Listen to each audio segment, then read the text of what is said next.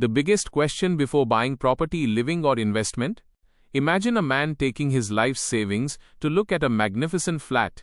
There's a glow in the builder's words, luxury in the sample flat, a picture of the future in the brochure, and just one voice in his heart: I just have to get this house. But right before giving the signing amount, his wife asks one small question: are we buying this house to live in or for investment? Suddenly, silence fills the room. Because this is the very question that millions of people forget to ask while buying property. The fear starts here. If the motive isn't clear, then the same property that could have been a dream home can tomorrow become a burden of EMI, a forced sale, tenant-related tension, or the regret of a wrong location. And the curiosity is, how does the exact same house become the right decision for one person and the wrong one for another? Buying property isn't just a deal for walls, a roof, and tiles.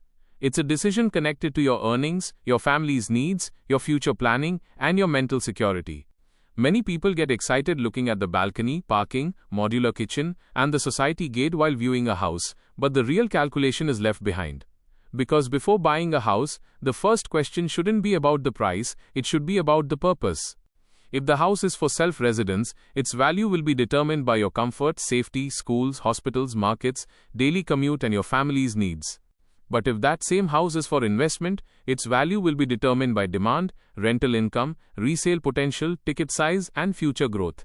This confusion becomes the biggest trap. Many people buy such a large flat in the name of investment that it later becomes difficult to rent out. Some buy a house for self-residence where the price might rise in the future, but daily life becomes difficult. Someone gets stuck very far from the office, someone is cut off from their children's school, and someone moves into a society where there is no basic infrastructure nearby. From the outside, the decision looks perfect, but from the inside, life demands a compromise every day. Therefore, it's essential to sit down with both your heart and mind before buying property. If you are buying a house to live in yourself, it isn't just an asset, it is your abode. It is the place where children will grow up, parents will rest, the family will celebrate festivals, and you will return to after the daily grind. Therefore, in a self-use property, one must first look at the lifestyle. How far is your office? At what distance is the children's school? How quickly can a hospital be reached in an emergency? Are the market and public transport nearby or not? Does the area feel safe at night or not? These aren't small things. These factors decide whether your life after getting the house will be easy or difficult. In a house for yourself, the decision on size should also be based on need, not for show. If the family is small, a very large house can just increase EMI and maintenance. If parents live with you, factors like the lift, floor, medical access, and movement inside the house become very important. Many times people take a flat on a high floor for the great view, but later, practical things like lift dependency for the elderly and emergency exits become a problem. The decision for a home is certainly connected to emotion, but it's also necessary to calculate the daily routine along with that emotion. Location is the soul of a self-use property. A distant, cheaper property might look attractive initially, but if the daily commute becomes long, you might lose time and energy despite saving money. Traveling for 2 hours every day doesn't just increase petrol or cab expenses, it also affects health, family time, and mental peace. Therefore, while buying a house, don't just look at what is there today, also see whether roads, drainage, electricity, water supply, and public facilities will actually develop in the next few years, or if it's just a promise. There can be a difference between the builder's word and the reality on the ground. Now, if we talk about investment, the thinking changes completely. In an investment property, your heart shouldn't work, your calculation should. Here the question isn't which corner of the house you like, but rather what the market likes. For a property that you want to rent out in the future, or earn a profit by selling, the demand from the buyer and tenant becomes most important. Small-sized flats like a compact 1 BHK or a practical 2 BHK are considered more liquid for rental and resale in many cities because their ticket size is manageable and the tenant base is large. While taking a property for investment, it's essential to understand the ROI or return on investment. Just hearing that this area will grow a lot is not enough. You have to see if there is actual demand or just hype. Are there jobs nearby? Is any connectivity being built, such as an industrial area, office hub, university, hospital, airport, highway or metro? Are people actually coming there to live or are only plots being sold? Many times a dream of future growth is sold in the market to trap a buyer in a place where for many years neither rent comes in nor is a buyer found. Rental demand is the heartbeat of an investment property. If the property remains vacant, the EMI will come out of your pocket and the investment will become a burden. Therefore, before buying, look at nearby rental listings, talk to brokers, and understand the profile of existing tenants. Is it a student area? Do working professionals come there? Do families live there? Or are they just weekend homes? This difference will determine your income. Rent is not always a very large proportion of the property price, so don't be happy just looking at the rent. The real profit is understood only after adding up the calculation of maintenance, society charges, property tax, repairs, vacancy periods, and loan interest. Resale is equally important. An investment property should be such that it can be easily sold when needed. If you have bought a flat that is too big, too expensive, too unique, or in a very interior location, the buyers might be limited.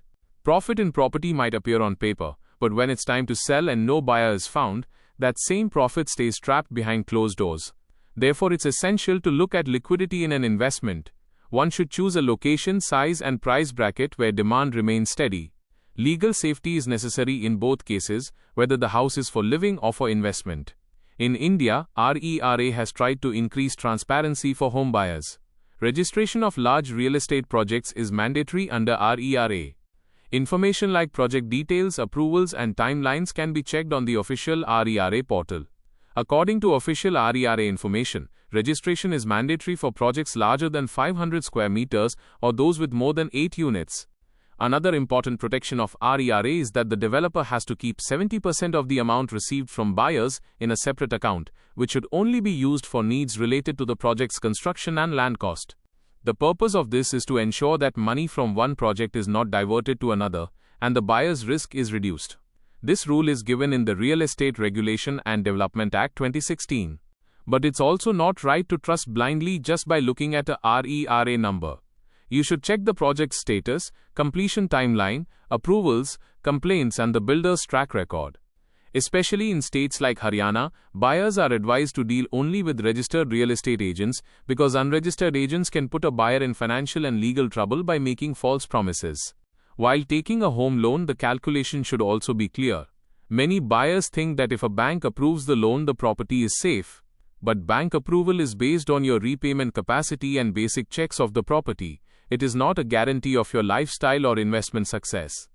According to RBI norms, the loan-to-value ratio in a housing loan can vary based on the property value, meaning the bank doesn't always finance 100% of the money. The buyer has to arrange the down payment and other charges themselves. This is where many people make a mistake. They only look at the price of the flat but forget about stamp duty, registration, GST if applicable, brokerage, interiors, shifting, maintenance deposit, parking, legal verification, and an emergency fund. Then, after possession, they find out that getting the house was only the first step. The real expenses started after that. Therefore, a self-use buyer should keep an EMI such that life doesn't come to a halt after moving into the house. And an investor should keep an EMI such that even if the property stays vacant for a few months, the financial stress doesn't break them. If you are hesitating, it's not a weakness. It's a sign that the decision is big, and you need clarity. There is a simple way to make the right decision. First, ask yourself, would I want to live in this house for the next 7 to 10 years? If the answer is yes, then open the self-use checklist. Then ask, if I didn't have to live in it myself, would a tenant or buyer choose it easily? If the answer is yes, then the investment thinking is also strong. But if the answer to both is weak, then perhaps the property is beautiful, but the decision isn't strong. Many times, people want to make the house both an investment and an emotion. This isn't wrong, but it becomes dangerous when you don't understand either one correctly. For example, you take a flat that you like, but its rental demand in the market is low. Or you take a property whose future appreciation could be good, but the family doesn't like living there. In such cases, the decision hurts for a long time. Therefore, decide on the purpose first, choose the property later. In self-use, peace is the biggest return. In investment, the exit is the biggest protection. In self-use, the house should be such that your family feels safe and comfortable. In investment, the property should be such that money doesn't get stuck but keeps moving. In self-use, a little extra expense might be justified if the location makes daily life better. In investment, every extra rupee should be justified by the future return. Understanding this difference saves you from haste. In the end, buying a house is not just a game of market timing, it's a game of mental clarity. If the purpose is clear, the property search becomes easy. If the purpose is unclear, Every project starts looking good, and every offer feels urgent. The builder will say, last few units left. The broker will say, if you don't buy today, the price will go up. The family will say, we have to get a house eventually. But you have to stop and ask, is this house right for my purpose? Because the wrong property doesn't just block money. Many times, it also blocks the direction of life. And the right property doesn't just give walls, it gives confidence. If you are buying to live, match the house with your family's daily life. If you're buying for investment, test the property against market demand, rental income, and resale. The decision is big, so the haste shouldn't be small. Before buying a house, just clarify one question. Is this house my dream of living or an investment of my money? The direction of your entire property journey is hidden in this very answer. If this video has taught you something new, or if you feel this information should reach more people, don't forget to like and share the video. Your small share can become valuable and useful information for someone else.